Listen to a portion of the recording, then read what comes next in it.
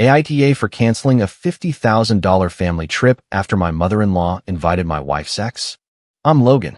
For 5 years, I was married to Jenna, the woman I loved more than anything in the world. Our relationship was always stable and beautiful, but there was a shadow that never quite went away. Her mother, Sharon.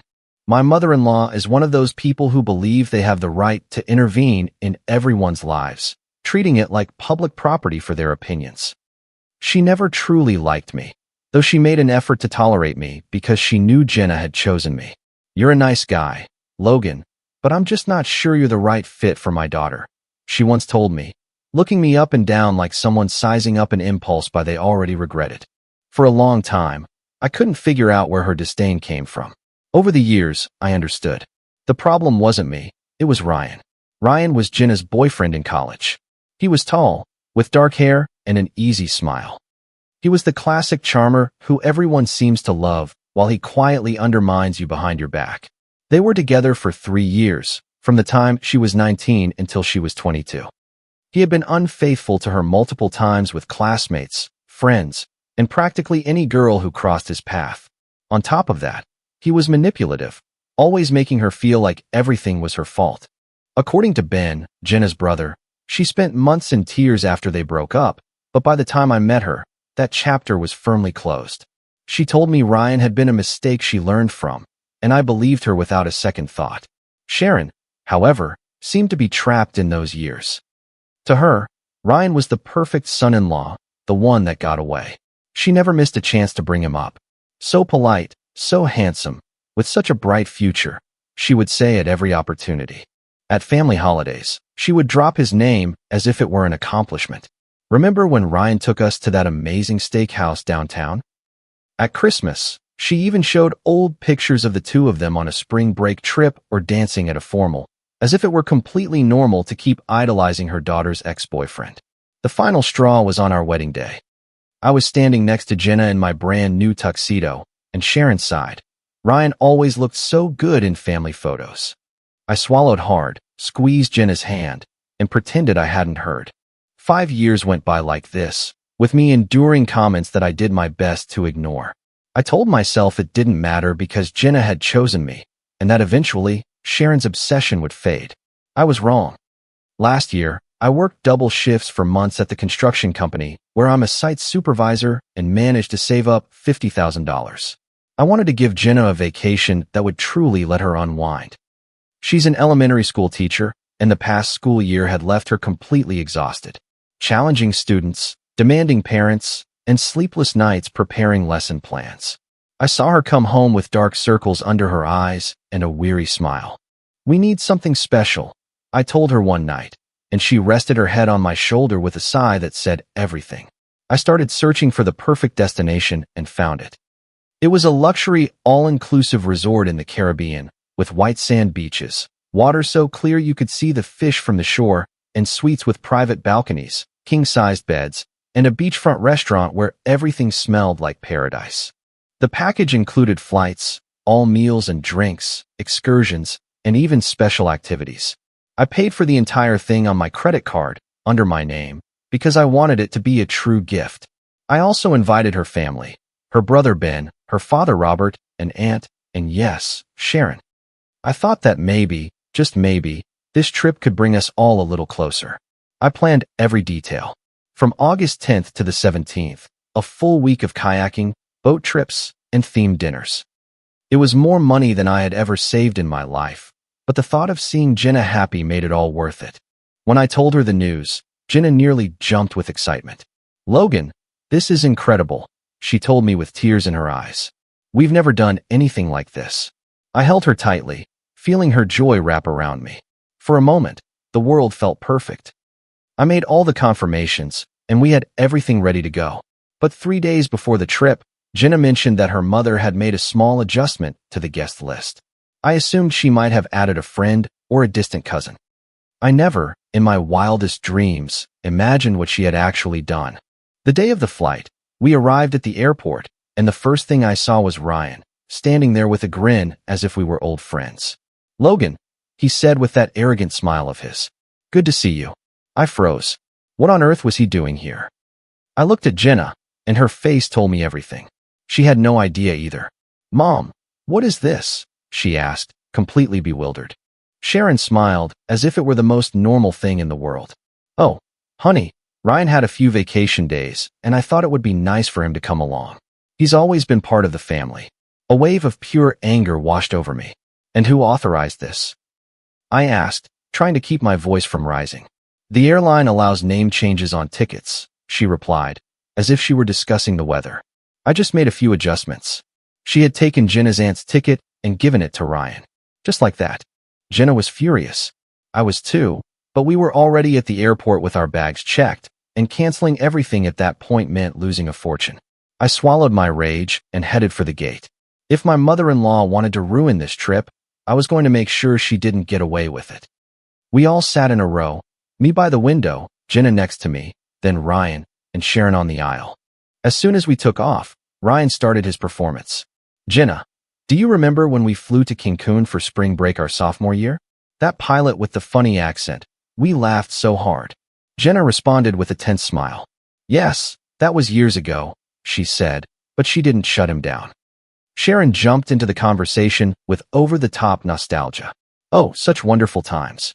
You two always had the best stories." I tried to focus on the clouds, but every word felt like a needle. Ryan spoke as if I didn't exist, recalling trips and parties that I had never been a part of. Jenna answered in short sentences, yet he persisted. At one point, she took my hand and whispered, "Please, just ignore him." I tried, but it was impossible. When we arrived at the resort, the sun was setting. The place was even more beautiful than I had imagined. Tall palm trees swayed in the breeze. The turquoise sea reflected the golden light, and the massive lobby was filled with fresh flowers. The staff greeted us with cool towels and pineapple cocktails. I took a deep breath, letting the salty air fill my lungs, and for a moment, I forgot about the disaster that had tagged along with us. Jenna and I entered our suite, and I was speechless. It was enormous, with a giant bed, a bathroom with a jacuzzi tub, and a balcony that overlooked the waves, complete with 2 hammocks that practically begged you to spend hours watching the sea. "This is perfect," she said, hugging me tightly. "Thank you, Logan. Anything for you," I replied, kissing her forehead. For a moment, I thought that maybe I could tolerate Ryan and Sharon for a week if we had moments like these. That night, we had dinner at an open-air restaurant. The tables were set up on the sand, with string lights hanging from the trees and the sound of the ocean in the background. They served us fresh fish with a mango salsa, coconut rice, and a key lime pie that melted in your mouth. I raised my beer, enjoying the first cold sip, when Sharon pulled out her phone. "Jenna, come here, let's get a family picture," she said, standing up and arranging everyone like a film director. "Jenna, stand here with Ben, now with your dad." And then she added, with that smile that made my skin crawl, "Oh, Ryan, come on, get in next to Jenna, just like old times." He complied with a grin and rested his arm on Jenna's waist. She didn't make any move to pull away. I tried to step closer, but Sharon cut me off. "Logan, can you take the picture? I need it to come out perfectly." She handed me her phone, and I stood there, feeling like the air had been knocked out of my lungs, watching Ryan press himself against my wife while she smiled for the camera. After the photo, he didn't move. "Try this, you'll love it," he said, offering her a bite of his dessert from his fork. She accepted it with a laugh. "You always did have a good eye for desserts," she replied. And he winked at her. Sharon clapped as if it were the most adorable and natural thing in the world. I ordered another beer and stared out at the ocean, counting to 10 so I wouldn't lose my temper. Later, in our suite, I told Jenna how I felt. "I don't like how your mom is leaving me out of everything." She sighed and took off her sandals. "It's not that big of a deal, Logan. She's just excited that Ryan is here. Don't take it personally." "Don't take it personally?" I said, my voice rising slightly. "I'm your husband, Jenna. This is our trip." "I know, and I love you for it," she replied, hugging me gently. "Just try to relax. Please. I don't want to fight." She kissed me, and for a moment I calmed down, though her eyes betrayed that she was just as uncomfortable. The next day, I organized a kayaking trip on a nearby river to keep us busy and away from the drama. We had bagels and orange juice for breakfast in the resort's dining hall, and then a shuttle took us to the launch point. The river was spectacular. Turquoise water surrounded by mangroves, white herons flying overhead, and the sun warming us just enough. Jenna and I shared a kayak. She sat in the front, her sun hat protecting her from the sun, while I steered from the back. "Faster, Logan," she yelled, laughing as we splashed each other with our paddles. For a while, everything felt perfect, until Ryan and Sharon appeared behind us in another kayak. "Jenna, remember when we used to paddle on the lake in college?" he shouted. "We almost flipped because you were so bad at it." She turned around, smiling. "Because you were a terrible guide, not because of me." They laughed together, as if they were sharing a secret I would never be a part of. Ben and Robert were in another kayak, talking about football, completely oblivious. But I heard everything. Every laugh Jenna shared with Ryan felt like a punch to my gut. I tried to focus on the scenery, the sparkling water, and the rustling leaves, but I couldn't get their voices out of my head. At the end of the river, we reached a small, secluded beach. There was fine sand, a few palm trees, and a table with juices and fresh fruit prepared by the guides.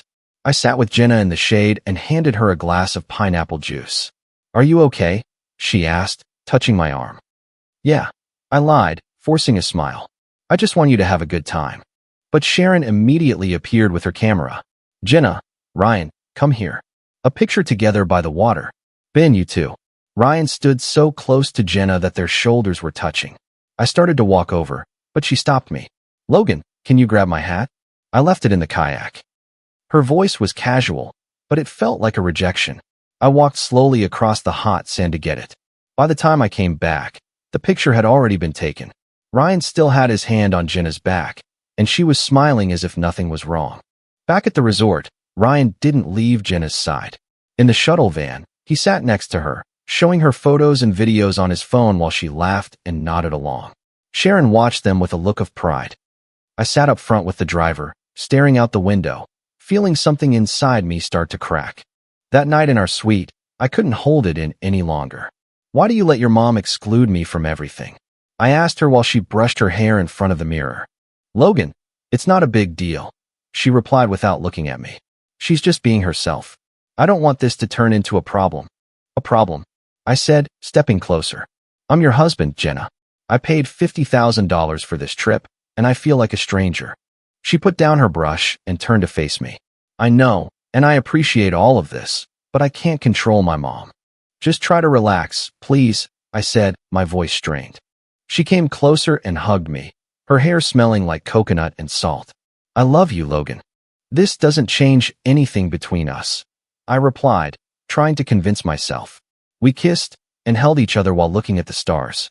I was confused by everything that was happening, just wishing this nightmare would end and the vacation would be over. I never should have agreed to travel with him. That same night, the resort organized a bonfire on the beach. We sat on logs around the fire, with the starry sky above and the roar of the ocean in the background. Someone brought out a guitar, and an employee played soft music. Ryan sat next to Jenna, so close that their legs were touching. He pulled a beer from the cooler and offered her a sip. "Just like the old days, huh?" he said, passing it to her. She drank from the same spot on the bottle, their hands brushed, and she didn't pull away. They laughed at something I couldn't hear, and Sharon looked at them as if they were the perfect couple. I couldn't take it anymore. I stood up and walked toward the shore, feeling the cool water wash over my bare feet as I stared at the dark waves, feeling like everything was slipping through my fingers. When I returned, Jenna smiled at me as if everything were fine, but her eyes were no longer the same. Even so, we got up early the next day and went to the resort's main pool. The water was warm, surrounded by colorful floats and white lounge chairs under huge umbrellas. I swam with Jenna for a while, playing and splashing each other like kids. At one point, she hugged me in the water, wrapping her arms around my neck. "I love you, Logan," she told me. And for a second, I wanted to believe her, wanted to forget everything else that was happening. I answered her with a kiss, one that was trying to hold me together. But then Ryan appeared. He slid into the water with a smile, calling her name as if it were the most natural thing in the world. "Jenna, come on, let's play like we used to." Before I could say a word, Jenna had already swum over to him. I watched them start to play as if I wasn't even there. He would lift her up and toss her into the water. She laughed hysterically every time she came up for air. Sharon, from a lounge chair, clapped with delight. They look so cute together, she said. Just like when they were in college. Robert and Ben were distracted at the pool bar. I, on the other hand, watched everything from the edge of the pool, water dripping down my face as the rage built inside me like a clenched fist in my chest. I wanted to confront Ryan, to yell at Sharon for orchestrating this whole situation, and as for Jenna, I didn't even know what to feel anymore. It hurt. Everything hurt. But I wasn't going to cause a scene at a luxury resort. So I got out of the pool and went to the bar. I ordered a double rum. The ice clinked against the glass, and I couldn't stop watching how Jenna kept laughing with Ryan, how he touched her a little too much, how they ended up hugging in the water, talking too closely. The rum burned, but not as much as the feeling in my chest. That night, I thought we would finally be alone. Ryan didn't come down for dinner, claiming he had an upset stomach. My hopes lifted for a few seconds.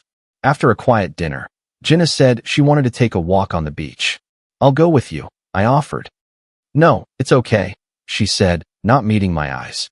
I just need some time alone. And I knew she was lying. I waited a few minutes, and then I followed her. I walked among the palm trees, staying in the shadows while my heart pounded in my ears. Then I saw them, in a dark corner of the beach, far from the resort's lights. Jenna and Ryan were kissing. But it wasn't a confused or forced kiss. It was one of intent and shared history, deep and desperate. He had his hands on her waist, pulling her tightly against him, and she was holding the back of his neck, her fingers tangled in his hair. They moved as if the world didn't exist. As if I didn't exist. I stood there, trembling. My legs wouldn't respond. I had never felt a blow like that. I wanted to run toward them, to pull them apart, to scream, to destroy everything. But I didn't. I'm not the kind of person who makes a scene. So I turned around and walked back to the suite, letting the sound of the ocean drown out the noise in my head. When Jenna returned, 2 hours later, I pretended to be asleep. She got into bed next to me so calmly that it made me sick. I didn't sleep a wink that night. I just stared at the ceiling with the image of that kiss replaying over and over in my mind. The next morning, as the sun streamed through the balcony doors, she was still asleep, her hair a mess on the pillow. I looked at her and felt a mixture of love and hate that was impossible to put into words. I quietly got up, put on a pair of shorts and a t-shirt, and left the room. I already had a plan. I went to breakfast with everyone as if nothing had happened. Bagels, juice, coffee. Jenna smiled at me from across the table, and I smiled back, even though my insides were on fire. That afternoon, we were all supposed to head home. I already knew my life with Jenna was over. Robert and Ben had left early that morning on a different flight for work. That left me with Sharon, Jenna, and that idiot Ryan. When we finished breakfast, I went straight to the front desk. I need to adjust the final payment, I told the manager, a short man with a mustache. I explained to him that I had paid for half the trip in advance, and that the other half should be charged to my wife's and mother-in-law's cards. He looked at me, raised an eyebrow, and then nodded. I understand, sir. We will need to confirm with them. You can wait here while we call their rooms. I nodded calmly, though my pulse was racing. He dialed their room numbers. A few minutes later, Jenna and Sharon came down the stairs looking confused. Jenna, wearing a light blue sundress, looked at me with a frown. What's going on, Logan? Sharon stood behind her with her arms crossed. Why did you have us called down here? The manager spoke before I could. Ladies, the gentleman has indicated that the remaining balance for the trip, $25,000, should be charged to your credit cards. We need your authorization. What? Sharon yelled. This is ridiculous. Jenna stepped closer and reached for my arm. Logan, what is happening? Please, just talk to me. I pulled away before she could touch me. The anger shot through me like a lightning bolt. Don't touch me, I told her, looking her straight in the eyes. I saw you last night, Jenna. I saw you on the beach, kissing Ryan. She froze. The color drained from her face. Logan, no. Let me explain, she stammered, trembling. Sharon opened her mouth to protest, but I cut her off. There's nothing to explain. Your hand's on his neck, his on your waist. You can't deny it. We're done. Please, Jenna said, starting to cry. It was a mistake. It didn't mean anything, I swear. I don't want to hear it, I said flatly. I'm done with you. The manager cleared his throat. Ladies, we need to resolve the payment. Do you have your cards? Sharon exploded. This is an outrage. I am not paying for anything. Logan, you organized this trip. It's your responsibility, she said in a firm tone. I paid for half of it because it was a gift for my wife, I answered, looking at her with contempt. But I no longer have a wife, so now it's your turn, I added, watching as Jenna pulled out her wallet with shaking hands, fumbling for her card. I don't have that much money, Logan, she whispered, her voice breaking. I'm a teacher, you know that. My credit limit isn't that high. Sharon pulled out her card with a huff, carrying that air of superiority that always surrounded her, and handed it to the manager. He tried to process it, but the machine beeped, declined. He tried it again. Nothing. What is going on? Sharon muttered, a bead of sweat on her forehead as her eyes showed disbelief. Jenna swiped her card, and the same thing happened. Insufficient funds. The two of them looked at each other, pale, as people in the lobby started to turn and watch the scene unfold. Then, Ryan came downstairs, his shirt unbuttoned, and that arrogant smile still plastered on his face. What's all the commotion? He asked, striding over as if he were the hero of the movie. If you need some help, I can cover it, he said, puffing out his chest. What a gentleman, I muttered, crossing my arms while on the inside I was laughing at his posturing. He pulled out a black credit card with a flourish and handed it to the manager. Charge the $25,000 on this, he ordered. The manager swiped the card through the machine. There was a moment of silence, then a sharp beep. Declined, he announced, and Ryan froze. What? He stammered, his face turning bright red. That's impossible. It must be a bank error. Ryan's expression shifted from arrogance to pure embarrassment in seconds. I couldn't help but let out a dry laugh, even as the fury was still burning inside me. Wow, a real hero, I said, looking at him with disdain. I thought you were the manager of some big company. Sharon glared at him while he mumbled excuses. The manager sighed. Ladies, we need to resolve this. If you cannot pay now, we will have to hold your belongings as collateral until the bill is settled. Jenna covered her face, sobbing. Sharon started arguing with Ryan, who stepped away, looking at his phone as if it could magically fix the situation. I watched from a corner with a broken heart, but with a quiet, grim satisfaction. They didn't have the money, and now they were trapped in the mess they had created. But the story didn't end there. I opened the airline app on my cell phone and canceled Jenna's, Sharon's, and Ryan's return flights. Mine remained intact. No one noticed what I was doing. They were too absorbed in their own chaos. In the end, they had to scrape together what they could. Jenna put a small amount on her card, Ryan contributed another portion, and Sharon paid what little she had left. It still wasn't enough, and the resort held their luggage and personal items to cover the remaining debt. They were left with nothing in a place they didn't know, with no flights to get home.